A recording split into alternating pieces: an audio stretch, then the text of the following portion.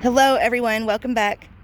So I was just out here just checking on the tulips and daffodils, peonies, and lavender that I have in this bed. I wasn't planning on doing a video, but I thought I would take a picture for Instagram. And then I noticed that we have a couple tulips that are already popping up. So hopefully I'm not gonna have a bunch of super short tulips because we've been having unusually warm weather this last couple days. And it's only March 4th, I believe. But anyways, I figured I would just film a quick little intro for you before I show you what I found. Oh my gosh, you guys. I spy two tulips that look to be parrot tulips.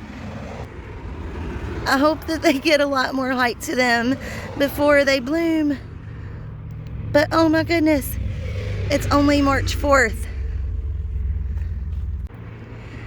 But it looks like they're all coming up beautifully. We've got daffodils in front of the tulips. These I planted a lot later because I was actually waiting on the ones from Jake. And then right here, we've got a couple peonies popping up. So exciting. I cannot wait, you guys. Oh, here's another one that looks like a parrot. This is my first time ever growing parrot tulips, so I'm so excited. I really hope that my lavender comes back looking good. It looks pretty dead right now, which, I mean, I'm pretty sure that's typical, but I don't know. I've never grown lavender before, so we shall see. But I think this is going to be gorgeous. I'm going to have alyssum all around the front of the lavender with some dusty miller throughout. And then we'll have the tulips, daffodils, and peonies. And then when they are done, I plan to do a lot of cut flowers that are going to be mainly for the fall. So I'm going to let these die back. I'm going to let their foliage die back.